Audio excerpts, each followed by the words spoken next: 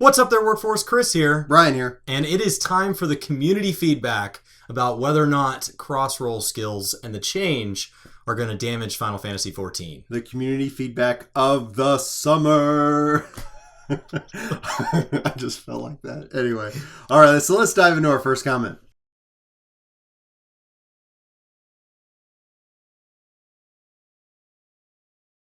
Okay, so our first comment comes from Zane Lionheart. Some of the actions are useless, like Crutch for melees. Just keep it at 5 and stop catering to the crybabies. So I think there's obviously an easy balance that I want to address first and foremost, is that as a healer, adding in these skills adds in a lot, because it felt like a lot of identity was kind of ripped away and then moved into the cross-roll system. And so it really just depends on where you're coming from. I think the news was healers were really excited for the most part, unless they're on controller, and we're all trying to mentally map that out right now. Tanks maybe a little bit more. I know that there was a heated debate regarding around the skill Shirk, because you don't need it, but maybe you do need it, and it just depends on the type of player you are. And so the general consensus has leaned that Shirk is needed. And then you kind of feel needed. So essentially all this has led up into, I would think, is that the illusion that people are forced to pick certain abilities, which makes sense because I think every game is naturally going to move into that direction. So to address Zane's point specifically, though, is that this was a shock to me. Like, you know, I think the term crybabies might be a little huge, but it's just that I didn't even see this coming. I thought that we just kind of made macros to kind of get over it and was like, it's not really ideal. But it does seem like there were people who, like, it leads into a bigger conversation, and this might be well beyond the scope of this video, just about who are the developers listening to. Chris? I mean, that's really my question, is where did this complaint come from? Is it bigger in the Japanese community? I don't know. Is that a community that they have an easier time keeping a pulse on because of the language and the time barrier? Is it easier to have, they have all the live events and stuff over there. So do they have a feel for like what people find is frustrating? And are they really just crybabies? Because we see Ultimate getting cleared. We see, the content's getting cleared. It's not like we're stuck behind this. Right. It was the crying out, and it's like one skill, and we could have cleared this. We could give healers a buff, but instead, let's just open this up. We don't need a buff. We're clearing all current content quite easily. So I don't see that being the problem as a community. I don't see that's something we need.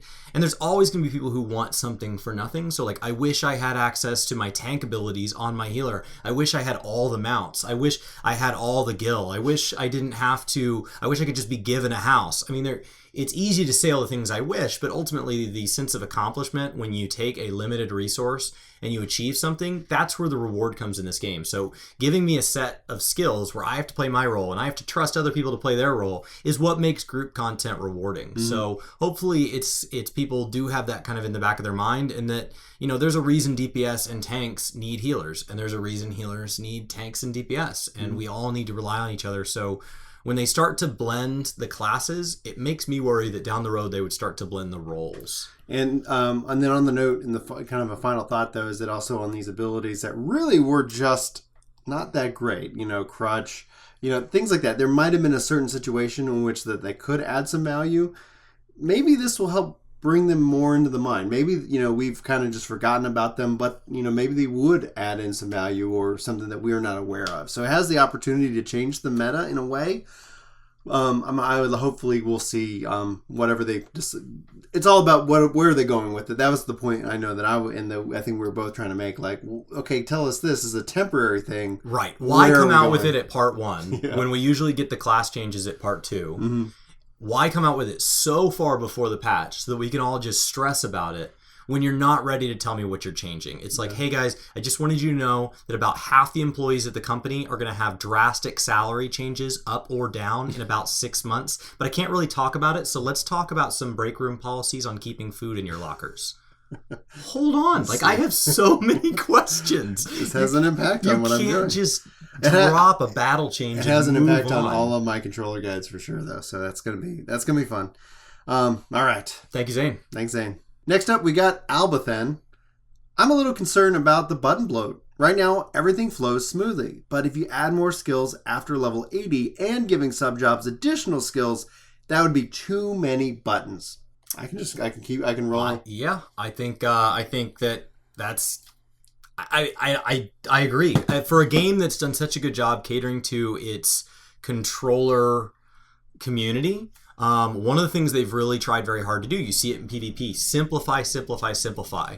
That there doesn't need to be complexity for complexity's sake. That even when you look at game design, people are like, oh, well, complexity makes games harder. Not necessarily. Look at games like Mario, where you basically have jump and not jump, and that's it. And the original Mario is so hard. So it doesn't take a lot of buttons to make a game difficult. The execution can be in the actual boss fight itself. But I like being a keyboard and mouse player because I like having way more things bound than I need. And so I was like, well, I guess I'm going to have to I guess I can't have like 3 mini pets bound on my paladin anymore. I probably need to drop to only having 2 mini pets bound so that I can have an extra opening.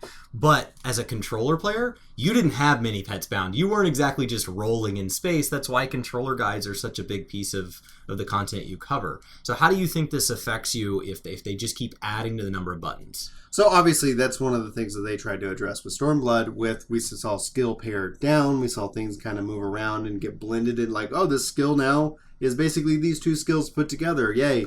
And then we saw the cross-roll system, in which that it's like, okay, we're trying to simplify that from the cross-class system. So you have, a couple of different choices there. And so then, what he's referencing is that, it's not just this change, but what about level 80? What about, like, okay, you have 10 skills here. Now you got even more skills. I was referencing, and he's referencing in it, talking about subjobs being skill-based. And I think the obvious solution that we'll see, I mean, I say obvious, and, this is just from my perspective and my opinion, obviously, but I think we're going to start to see more reliance on traits and passive abilities that play into your skill set, having a defined identity, and then seeing that, like, okay, I could see the cross-roll abilities become cross-traits, or something of that nature, which then you can augment.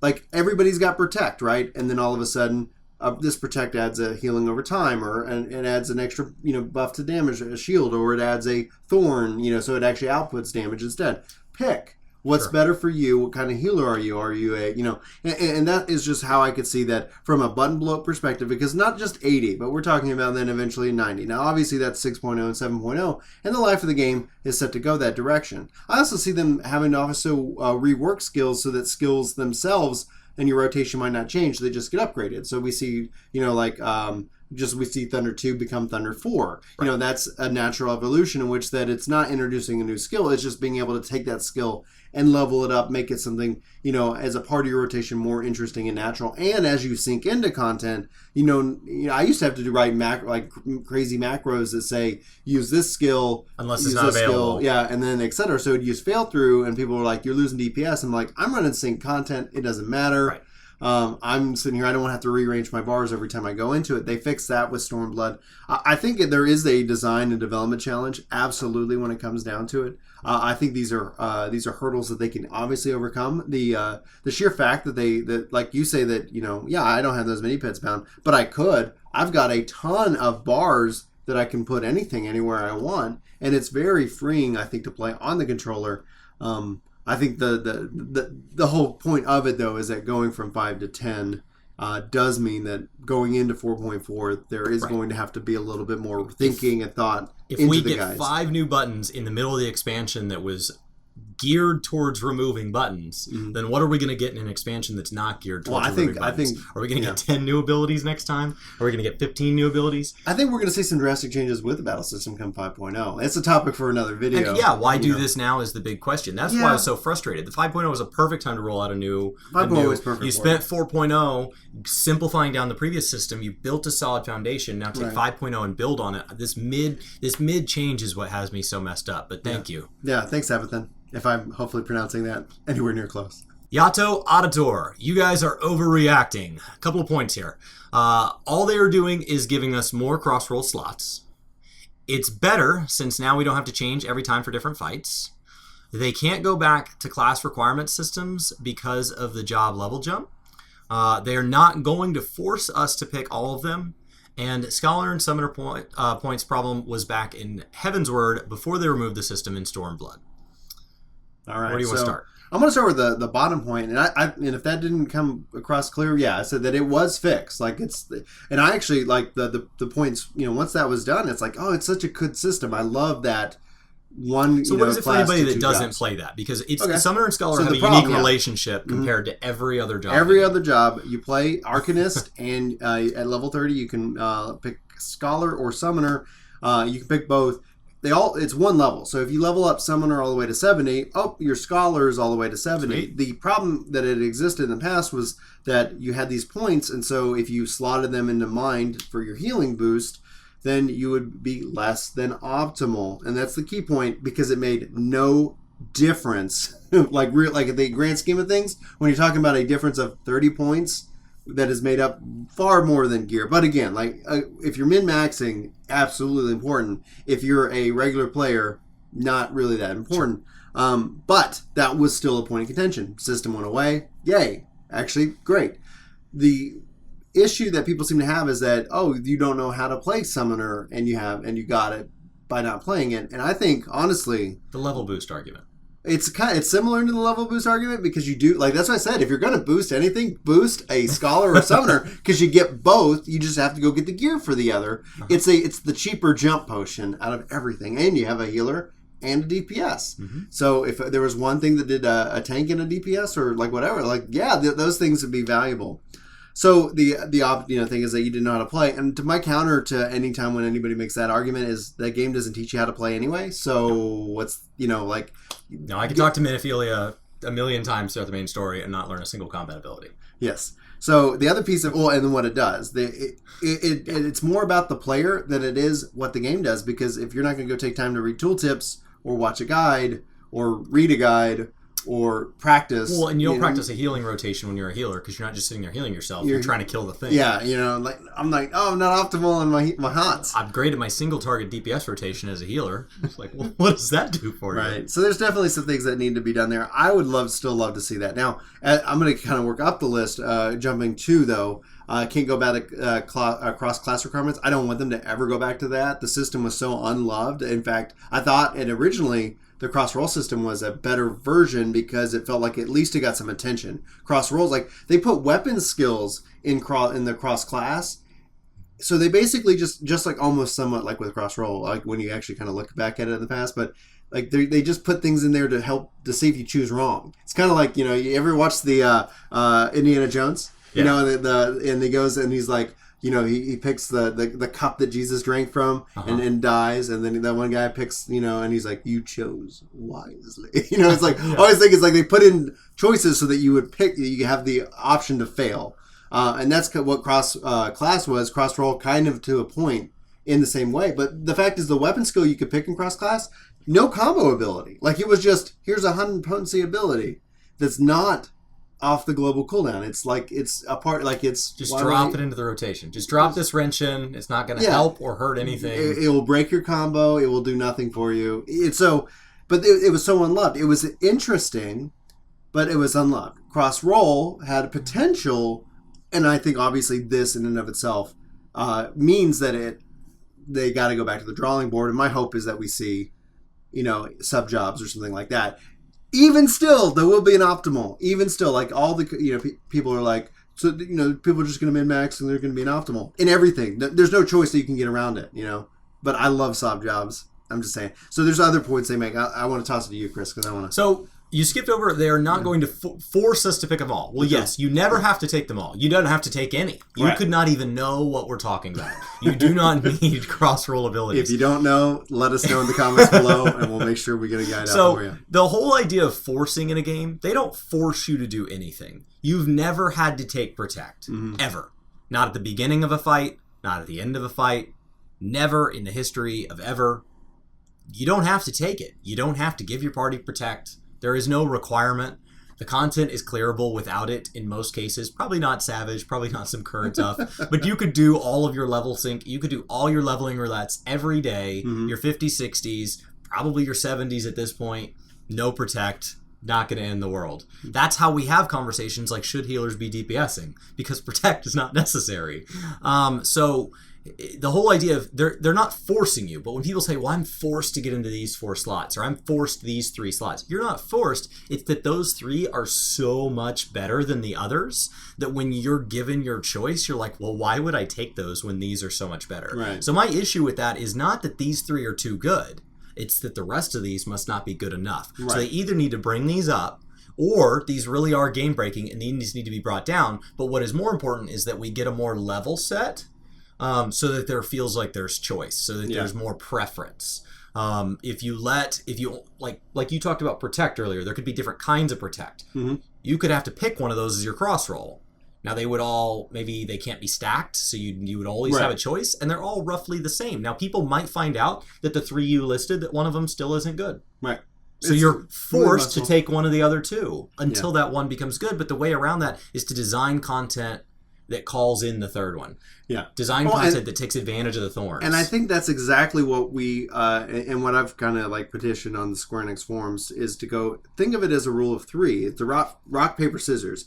Everyone has a strength, everyone has a weakness, and then that way it's like that ends up making the choice great. Is rock is better? Is scissors better? Is paper better? Well, it just depends. Because are you going up against a rock? Well, you want to take paper. Things of that nature. Obviously, I'm oversimplifying the issue, but and that's where I think I even got with when I was suggesting sub jobs, is saying, well, don't make it worry about have to sub job all 15 jobs and eventually all other jobs. Just pick that every job can sub job between 3, and then you give each of the options, that it enhances your main job. It doesn't necessarily have to impact your rotation or all that other stuff, but it could. I want more. I just want more with all this, and you're right. All this is that they're giving us more crossroll. That's all they've done. Right. They haven't added anything to the game. They haven't subtracted anything to the game. They've just said we designed a system where what balanced it was that it was limited, and then they removed the limit. Right. Now, does that remove the balance? I don't know, because I've seen 2 different arguments in the comments section. One said the other abilities sucked anyway, so what does it matter? And the other said, oh, finally, thank goodness, these were so good and I never had access to them. Right. I don't know which one of those it is, because it can't be both. But those are the 2 arguments I've seen. It's going to have an impact on rotation, because most of these are off the global cooldown. That means that you can either do some extra damage, and then you're going to see the meta change, and it's going to change at a time when obviously the gear score is increasing. That all these other changes that we might not even fully understand or know about are going to change. So come September, I think there's going to be a lot of experimentation when it comes to the game to figure out what it drastically changes level sync content. Well, and people say they're not, especially they're not required to take them all. That just depends. The meta changes, and all of a sudden someone's like, why don't you have it equipped? You should. You can. There's no limit. And then all of a sudden you're like, well, now I'm forced to take this because I don't know. I think, anyway, I've shared my thoughts. Thank you, Yato. Thank you, Yato. Appreciate it. So, Aphirian says, I kind of agree with Brian. Thanks, Aphirian. I love the sub-job system bag. It was really cool being able to borrow stuff from other classes. And imagine something more extensive like a red mage summoning an Eggy, or a paladin summoning Eos, or a samurai with red mage spells.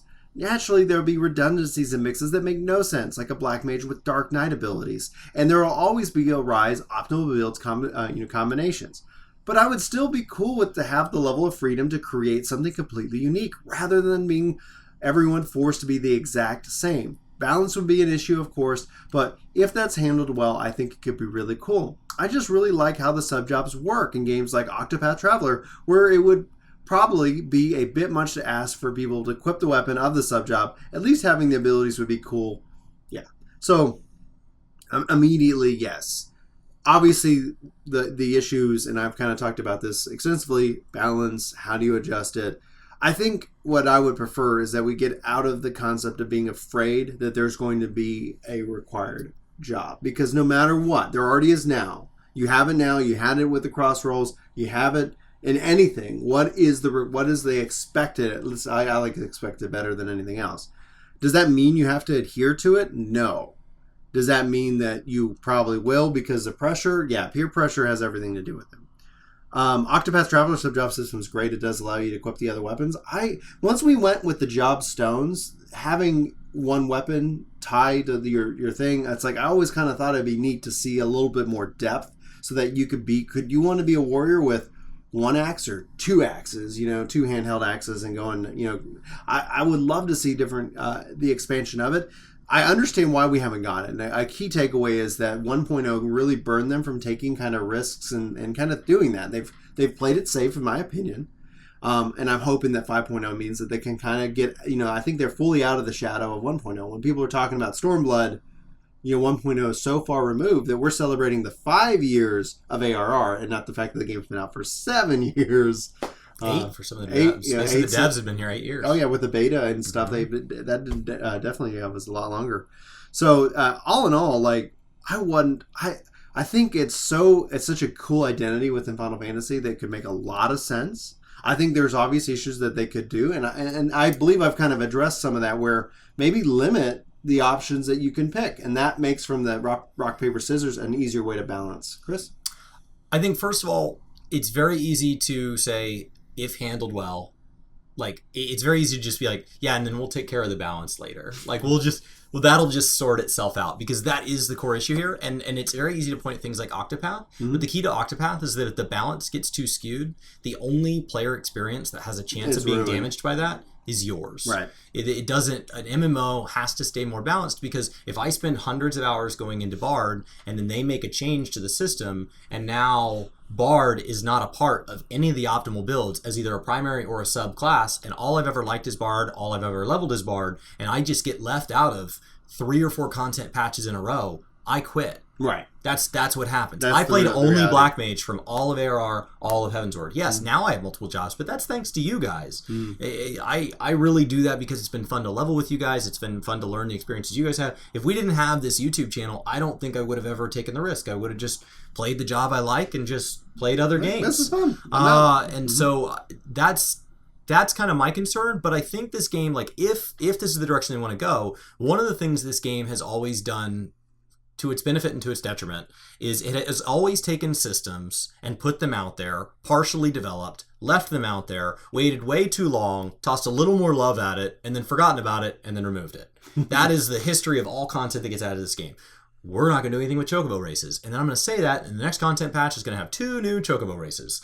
Well, what does that matter? At this point, we've all forgotten about Chocobo races. So they're adding more to squadrons, but like most people don't have their squadrons leveled. Why is that? On the squadron thing, though, that I think I'm excited about is the fact that it sounds like they're making it easy. I think one of the big reasons why a lot of people don't is that it's set at this higher level with it. You have to rank up all the... It's like, why aren't they doing that? Like, hey, welcome to the Grand Company. Here's your people. Like go and level them. I'm hoping that's the change, because it's like, yeah, people get into the Grand Company at level 20, and then you're asking them for this to get to this content that's going to take... Well, it took us hours and hours over the course of patches. Anyway, that's just an aside. I agree. So I think the best way to introduce a sub-job system would be to roll it into like the next version of a deep dungeon, and say, and then in a deep dungeon, because in a deep dungeon, you're not really playing your class. You're kind of playing your class, but like Eureka. Yeah. So roll it into an alternate progression system where when you come out, you're able to give experience to your class and your subclass. That way you can play your favorite class, try a little bit of another class. You're tossing experience to both. Why not? And so it encourages you to subclass, and then when it's broken, we can all forget about it when that alternate piece of content expires. Right? Because like Palace of the Dead is now only going to be used for people that still have classes below 50, because we're all going to be in Heaven on High now. And Eureka is about to die when Pagos goes live. And the prior to Eureka, there was Diadem, there was the previous relic systems. Yeah. Those are all dead. So they could easily take an alternate progression system and say, this is really cool. You're going to get unique weapons that can be used on either class that look like a blend of the two. Yeah. And there's going to be all this really neat stuff. And then if we don't like it, we can just totally back away in 3 to 6 months and act like it didn't happen. So the community team actually responded to my post about the Savage Plus system, which is basically an evolution in Final Fantasy of the dungeons in Heaven on High, kind of borrowing some ideas from World of Warcraft with their Mythic Plus system, which has me excited. But that, like, your point is that they could put that into that system. Like, that's the really cool thing that I've always kind of felt like with Eureka and with like the Heaven on High. It's like you can kind of experiment without really breaking the raids and breaking the main game in a way that they can kind of test this stuff out. And if it works and people like it, and then maybe it makes the jump. Maybe it then makes sense at some point like that. But I love your idea. If I could level, like you go in as a healer into Eureka, have a sub job, feed them some experience, I feel like I'm actually getting more out of my experience because I'm leveling my elemental level, but I'm also leveling this other job, like, Bard. And what's scary about me trying Machinist is I know nothing about it. But if I could be Black Mage Machinist, well, I'm pretty comfortable on Black Mage. Yeah. And then more and more I shift, and then eventually I'm playing Machinist Black Mage, and this whole time I'm feeding experience into my Machinist because my Black Mage is already capped. Right. Yeah, that'd be cool. I don't know. You know, I think those systems exist, and they offer the perfect opportunity to try things out. I don't want to see this rolled over the main game, is my point. I don't like the idea of just taking a cataclysmic event and applying it to our combat system. It's what got me so frustrated about this in the first place. Get ready just for 5.0, shake it in a man. box and just roll it out there and say, it might work. We don't do beta testing. I think 5.0 is going to have some pretty big changes, so just get ready. But you got a year. Just mentally get ready. Is it a good time to play? Yes, the game is very good right now. Is it going to be good forever? I mean, it'll be out forever. I don't know if it'll be good forever. We'll find out. Thanks, Apherion. I really appreciate the comment. I kind of agree with you, too. And last up, Donut Julio. Donut Julio? Julio? I love the name. I like the icon, so... With our powers combined, you're awesome. I thought the system was flawed because you always have those systems that are required. Then you have the 1 to 2 skills you assign to niche slots. I think this might be a prelude to getting rid of role actions and maybe replacing them with something else in the next expansion, but I'm not entirely sure. Yeah, I honestly think that this is the swan song for the system. I could be wrong. They could come back and make some big changes later. You know, this could be just like, hey, we hear you, especially you healers, and then how this is just kind of an annoying kind of thing. Okay, cool. But at the end of the day, I think that it's like, come 5.0, we're going to see some big, you know, because like if we go to 80, that's more skills. There's a lot of work that I think they could pour in, and hopefully they're pouring in behind the scenes right now. Why did they not just roll it out to healers then? Why not? If that's the pain point, why do we all have to have the same I number? think it ends up being that then all of a sudden the tanks are like, well, why not us? And it's like, and then it's just like, oh, well, why not me? It's the why not kind of mentality. I don't know. Like there's a part of me, like when I'm healing, I'm like, cool, I'm obviously going to take the skills because maybe I'll use them. I don't know. Like there's a lot that I don't know about it. But to his point, I honestly, yeah, I think this is just them saying like, going back to the drawing board. I think that's what they're doing. I think this shows that. I just think it's a little premature for them to tell us about it. I think what really got me frustrated was that I heard it and then I didn't have enough information. And so it's a lot like, it's a lot like what causes fear out in the world is when you're not transparent, you let people's minds run wild.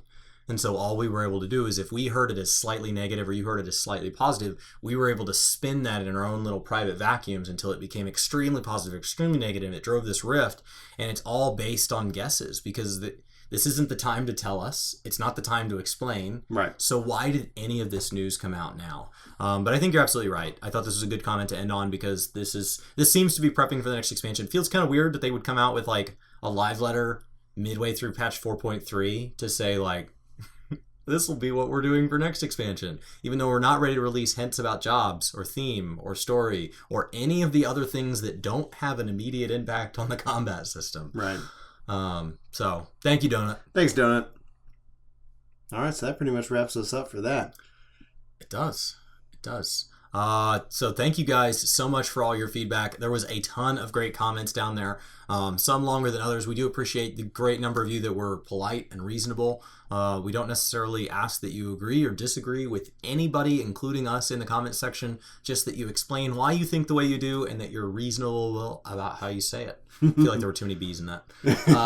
Reasonable. Welcome. Welcome to the English language. So, did you have any thoughts you wanted to end on there? No, guys. I just think everybody for, like Chris said, echoing those statements. Obviously, looking forward. I love doing these. The community feedback is the thing that is my favorite piece of content that we got to do and really engage with you guys. Let us know in the comments below if we misspoke about any ideas or thoughts or just keep sharing. Let's keep the conversation going. But pretty much that wraps us up for this video. Thank you guys. This is Chris and Brian.